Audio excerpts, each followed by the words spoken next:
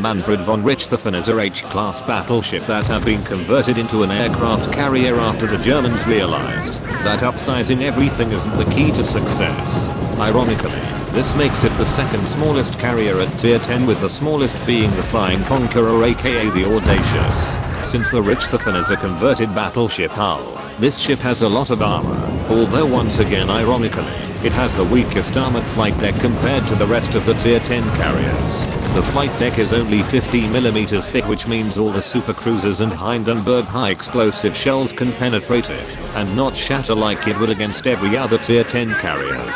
So what makes the Richthofen so special? The planes are on average faster than the rest of its competitors, but have no durability, just like sports cars. Because the German planes are basically paper planes, you want to always shed off excess bombers and send them back, because most of the time, it's a one-way trip to the target. You won't have many opportunities to circle back for another strike. It carries a unique armament, which is the armor-piercing rockets that is very effective against all kinds of cruisers and only them, so rejoice destroyer players, as you won't have annoying rockets coming for you every minute. Ignore all kinds of misconceptions you get about the armor-piercing rockets while grinding to the Richthofen, because just like the Italian cruiser line, everything is irrelevant till you get to tier 10. These rockets are like your scalpel, where you have to use them with accuracy and against precise targets, unlike the rest of the HE spamming rocket flags. In exchange, you will be rewarded with hefty damage numbers with multiple citadel hits. You do not want to use these against either destroyers at all, as they basically do no damage when they angle, or you just get overpens. It is important to use the engine boost on these rockets when you are dealing with fast maneuverable ships like a Smolensk to get their sides before they angle completely towards the rockets.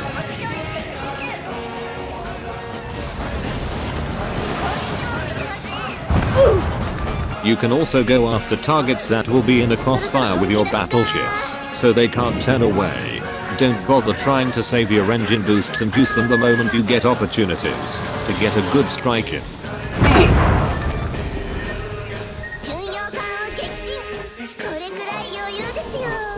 Now we get to the armor-piercing bombs. These are the bread and butter for your damage. These bombs deal the most damage per citadel hits in the game at the moment, even surpassing Hakurai ones. The planes carrying the bombs dives immediately, unlike the IJN ones where they climb first before diving.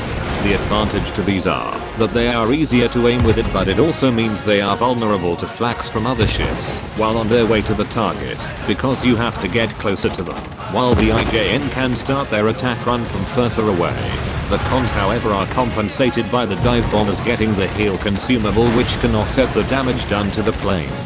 Unlike the aiming reticle you see on the Graf Zeppelin, Richthofen ones are similar to that of the IJN, which also makes it much more reliable than the shitty circle drop reticle, which is like spinning a wheel of fortune every time you drop a ship in it. These bombs discriminate against no one except the French battleships, just like how reliable the Maginot Line was, until the Germans decided to just go around it, and that is exactly what you should do. Just ignore them and go for other targets, as they are very resistant to the armor-piercing bombs, similarly like how the Kurfürst is. The superstructure on the Kurfürst can detonate the bombs before it can reach the citadels.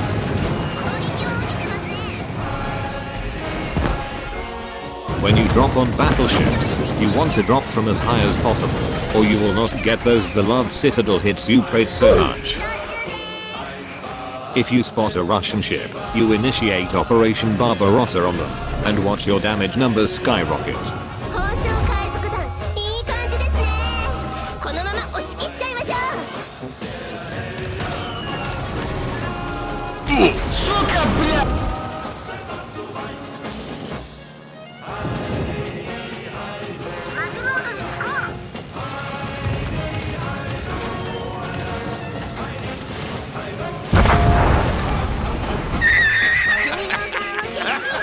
Don't be surprised if you don't get citadel hits even on a perfect drop, because these bombs are affected by the weather as well.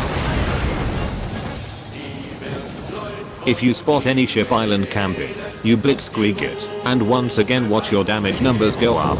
Pro tip: when you go up against a Des Moines or Minotaur, You want to start your attack run early, because these two ships will try to juke you with their insane acceleration and end up making you look like a fool, just like the Germans were after their Operation Barbarossa failed. You should be wary when you drop on a ship that has other AA support far enough from them to generate flags, because these flags will generate in front of your planes as you are diving, so always try to release those bombs early or your squadron will get wiped off the map. Next up is the Torpedoes. As usual, it has the fastest torpedoes among its competitors. You know it's the Germans, because it's got too much power. They overdone it as usual. The torpedo bombers have very fast attack preparation time, and have a lower arming distance compared to those on the Hakuryu, but does less damage. You can basically use the torpedo bombers against any targets with no discrimination at all. Even destroyers will have a tough time dodging these fishes.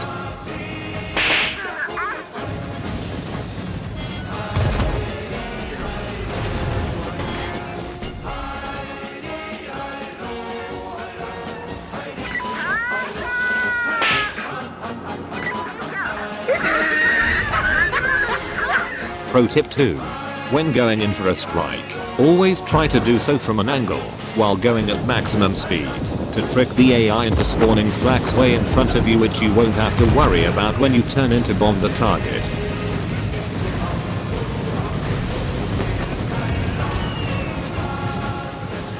Bruh. If you managed to get to this part of the guide, congratulations, for I'm going to share a very special strength that the Richthofen has.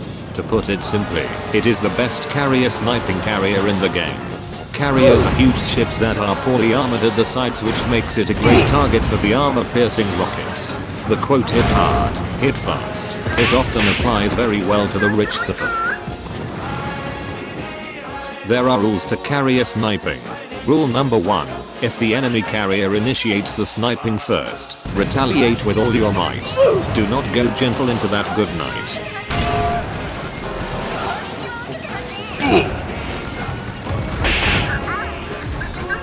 Bye, have a great time. Rule number 2. Only attempt carrier sniping if there are no other valid targets available, for example, the enemy team creating a huge blob. That would be suicide to fly into. Rule number 3. The straight path to the enemy carrier is clear. Oftentimes when enemy team blocks up, there will be a huge hole in their defense at the middle of the map. Exploit that and replicate the Battle of Midway.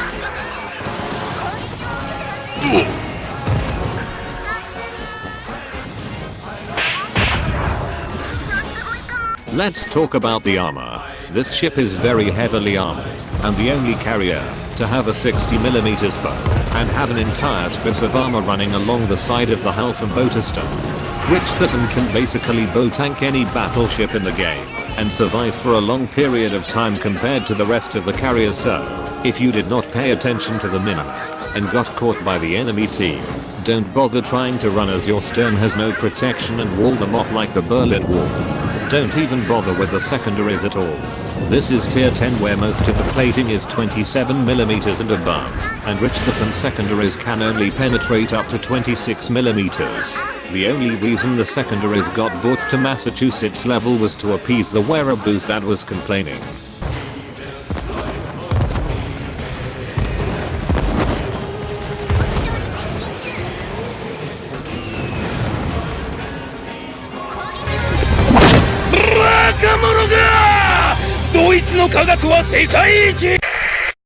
To start slapping people with citadels, you need these standard out-of-the-box captain skills that works for all carriers. Concealment expert is important, as it helps to lower your plane concealment as well, which will help the rockets get to their target easier. For upgrades, just take these. The only important thing to know is you want more HP for your dive bombers, as they are your main source of damage. For the rest, you want Flight Control Mod 2 to increase cruising speed of your planes, or go for Air Groups Mod 2 for additional survivability on the planes. Such a pussy. Don't expect to get huge average damage numbers per match like the other carriers would, as you do not have the ability to set fires to farm damage, but you can go to sleep with comfort knowing that the damage you did was mostly citadel damage, which cannot be fully healed compared to fire damage.